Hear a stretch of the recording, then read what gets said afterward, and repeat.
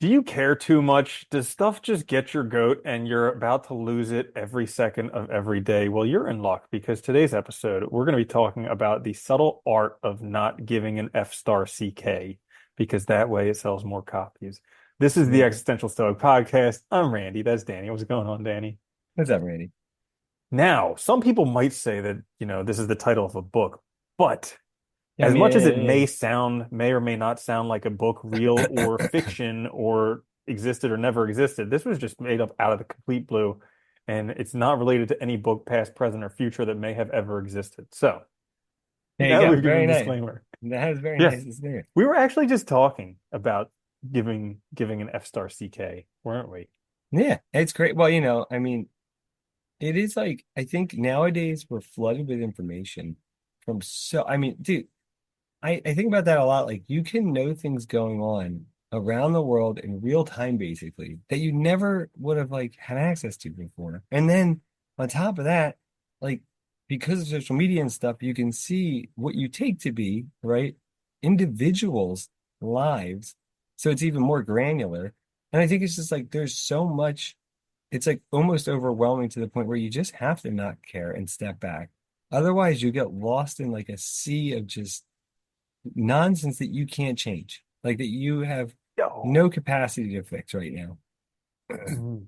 That's an actually excellent point, is what you're actually in control of. And we'll come back to that because so You have to. what I was thinking of with this episode is I just finished reading one book that was shocking, and I started listening to another book that is shocking.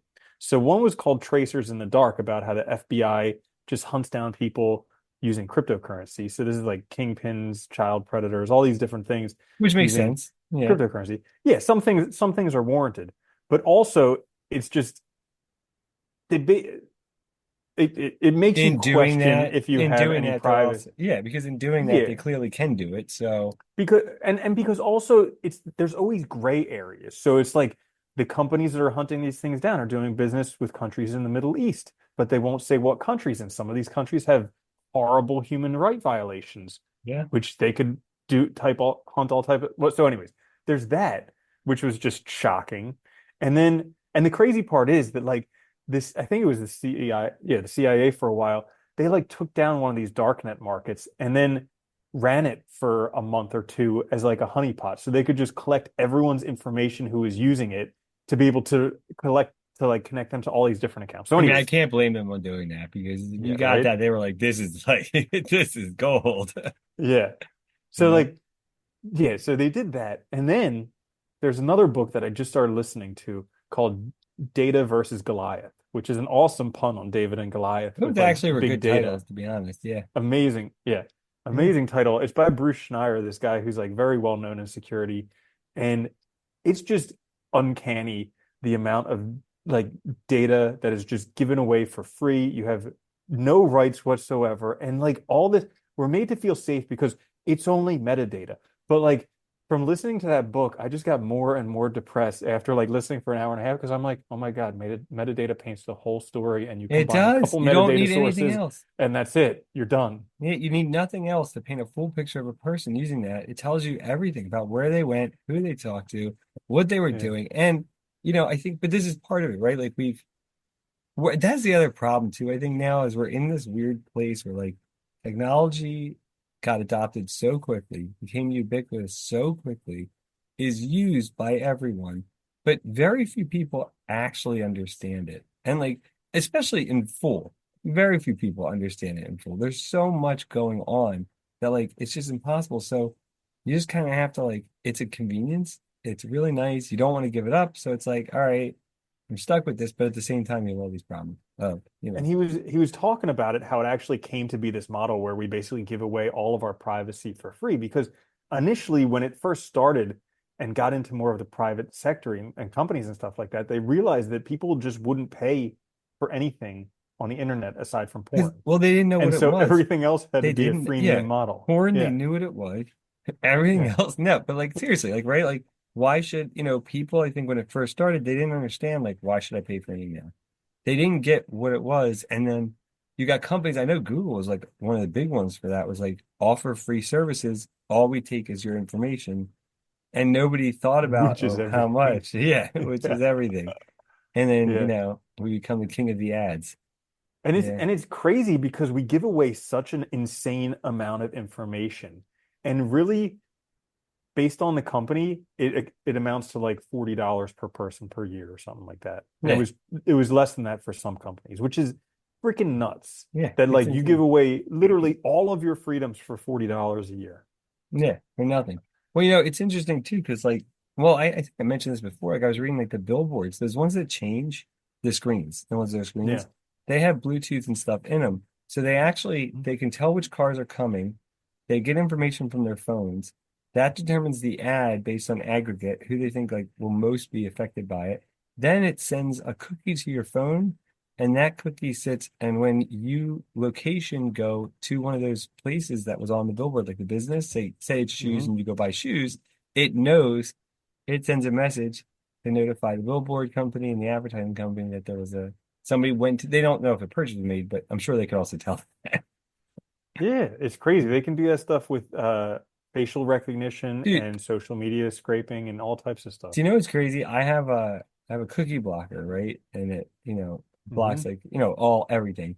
But if you look at the numbers on some of the sites, it's insane. Like insane. Like especially stuff like social media. You go on Facebook, dude, it'll go up into the uppers of like six, seven, eight, 900 Yeah, things. And those it's are nuts. all individual pieces of data from individual third parties taking God knows what, tracking God, trying to track God knows what. Like, And so here's the crazy thing that he was talking about in the book. He's like, there's still gonna like down in the comments, I'm sure after we make this video, there will be people like, I have perfect operational security. I don't use Google. I don't use Facebook. I don't have any linked accounts. I pay all cash. I live in a bunker down in my basement. And so like somebody will write that stuff. But here's the thing, it doesn't matter because other people use it and you live in the real world. So you're walking down the street, you wind yeah. up in the back of someone's photo. Facial recognition software on all these things knows exactly where you are. Or And like, it's really good. It's yeah. gotten really good, like incredibly good. Or like, let's say you use a Kindle to read your books. Well, Amazon knows exactly what books you're reading and if you read them all the way through, or if you just read little bits at a time. And based on if you and they he was saying something in there where like if you take away the 100 best-selling books, everybody else's book profile is like a distinctive fingerprint for them. Yeah.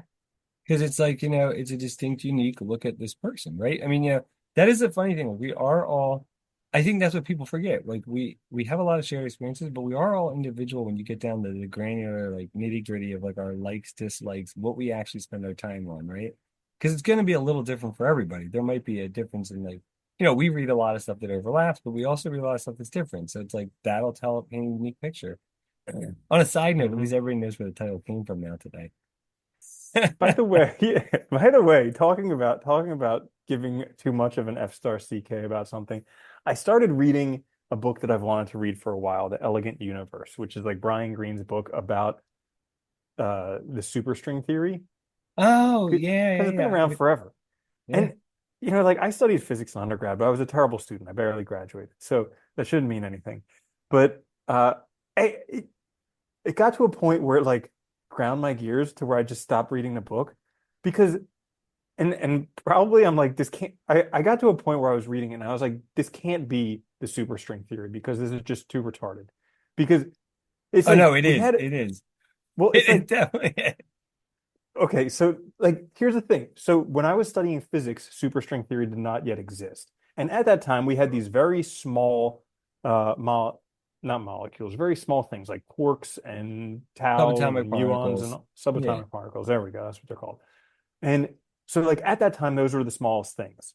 And we didn't know much about them, but that was it. And so I was reading the book and probably like second chapter or something, he's like, okay, so superstring theory, if you imagine all of these things are made up of little strings, What then happens? everything is related.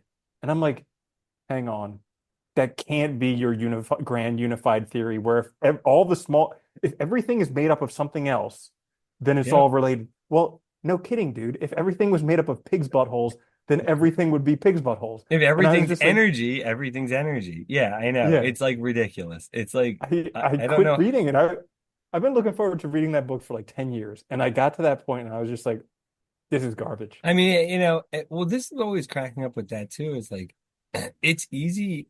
I think it can be easy in science too, especially to get caught up in like an idea and find justifications, right? I mean, because all these are just explanations for things. It's a story you paint, and we come up with the problem, we come up with the solution. So, it can be Hmm. false but still sound good, kind of. Yeah, Yeah. And yeah, even when he was, I mean, yeah, like I said, I wasn't great at physics, but like even when he was talking about it, he was talking about how like quantum mechanics is just because we measure stuff that's really small, and uh general uh general relativity is just to measure things real big. And it's like, well, that's all based on your perspective. So like if your perspective is enormous, then really small, just but anyway. yeah, yeah. No, I know what you mean. It is. So anyway, so how do we not give an F? And This is, I think this is the hard part, but I think more people need to do it, right? Because I think you can only, I always think about like, you give can so many only, fucks. yeah, you only have so many fucks to give, right? You can only do so much. You can only actually affect so much. And so you can do what you can. And that's pretty much that's the end of it, right? There's going to be a lot of stuff that's outside of your control. And yes, like theoretically, and I think this is what kills me, is like you could do something about it if you wanted to. Like you could, like if you saw something happening across the world that you hated, you could quit your job, you could leave, you could go do, work for one of those nonprofits or something and do something like that. You could and make a difference. That's possible. But you'd have to be willing to do all those other things and basically give up everything, right? To try and change it with no guarantee that it's going to change anyway. And I think Mhm. this is one of those difficulties that we face, right? Where like we want the world to be better, but we also at the same time, like, we can only do so much in a day and so much in our lives, and you have to kind of Yeah. prioritize. And especially nowadays with like the news media and everything saying how like you should be outraged by this, and they're just doing that to get your attention. Well, that's the other But thing, I right? kept, Everything is. It's trying to get your emotions up because that keeps you looking and keeps you watching. Like, oh, I'm so pissed about this. So you just watch endless hours of commentary and opinions about something, right? Instead of actually, Mhm. which gives you no more new information other than Yeah. things happening. The one thing that I enjoyed about the election cycle that just happened is like you can always tell like the least intelligent people, they just come out of the woodwork during the time of elections because they're like, this is the most important thing ever. Everybody needs to vote. And yeah, But it is the most important election ever in history forever. It was. But they always say that. I mean, in some sense, I according get. according to the recency bias, it is the Well, I was most gonna important say, election ever. in some sense, it is in the sense that like we can like vote in it. So like it's important in the sense it's happening now, but like, yeah. I mean, we've been going in this direction for a while, so it's a mess, but Yeah. it's hard though. But I think people do struggle with it. And I think part of it is just like realizing like, does this help you? Does it make your life better stressing about this? Does it make your life better being angry about it? Does your anger and stress actually do anything to stop it? Does your bitching about it actually make a difference? No. Mm, Like, so yeah. maybe try something else. I think It's that's, also, yeah, also like the dichotomy of control. So what do you actually have yeah, control over? And not much. not You control it, much. it pretty much ends here, right? Your Yeah. judgments, your Yeah. opinions, your actions. But this is what's funny. I think that's one of the things we need that people should do is like step back from those judgments, opinions, and stuff that causes anger and stuff because really it's not helpful. And ask yourself, like, why do I feel this way? Like, why really am I angry about this thing that I Hmm. can't change? What is it that makes me so upset? And then is there actually anything actionable I could do that would actually make a Mm, difference? Because there might yeah. be, you never know. Yeah. So you know how we both read or listen to Marcus Aurelius pretty often. Yeah. Well, Cool. so like the dude who read it on YouTube that I listened to, finished listening to that, and then it went like automatically to another one of his videos. And it went to one by Musonius Rufus, the Roman Socrates. Yeah, nice. And dude, I really enjoyed listening to that. I was just like, oh my goodness, this guy kind of knows what he's talking about. Holy freaking cow. I personally very much like Heraclitus. He's like one of my favorites. from Hmm. the ancients. He's tough because it's all fragments though, so it's like you Yeah. know, it's hard when you get the ancients are tough sometimes because you don't get the full. You want more, and it's like you get like 3 pages of a book pieced together and How stuff. But cool, how cool would that be to like be able to transport back then and see what it was like it would have been and then interesting, hop right? back here? Yeah, because you want to stay there for the rest of it. Oh Wouldn't God, that be wouldn't that be cool if one day you were able to take vacations in time? that'd be neat. Yeah, that'd be awesome. Hmm. Yeah. So the subtle art of not giving an F. I also okay, so here's another thing that I'm learning a lot is I care way too much. So I give way too many Fs and I get all bent out of shape. But that's the first arrow. And then the second arrow is me shooting myself because I got upset. So for me right now, it's the art of learning to just be kinder to myself when I get all bent out Yeah, of shape, being like, attaboy. All right, that's part of you. Fine. It's yeah, okay. that would be good. Yeah, that's a good idea. That's at Yeah. least a good step towards the right direction, right? Because if you can get rid of that Hmm. first arrow, the second one will be easier. And I think that's Yeah. a good approach too, because that's smart. You can't take care of both at once necessarily, right? Yeah. That happened today. There was something. Oh yeah, that happened today where like something pissed me off and I could feel it coming up. And then I was like, I don't want to be angry about this. And I just kind of like I felt like I stepped aside almost Yeah, emotionally and it just that's went good. past. And I was just like, oh, how about that? Yeah, I don't get angry very often. I mean, stuff frustrates me and stuff, but like I think a lot of it is just kind of like I think the existentialists help because a lot of it is just comical. Like it is absurd. Like I think about that all the time. Like what Camus said, like this existence is absurd, right? We ask for answers, but no answers are given. Like it's all a construct. It's just people running around doing stuff. Nobody knows what the hell they're doing. We get Hmm. one shot, like, and in some sense, you just kind of have to like also laugh at it and just, you know, I can Yeah. just be like, all right, do what I can do, Yeah. you know?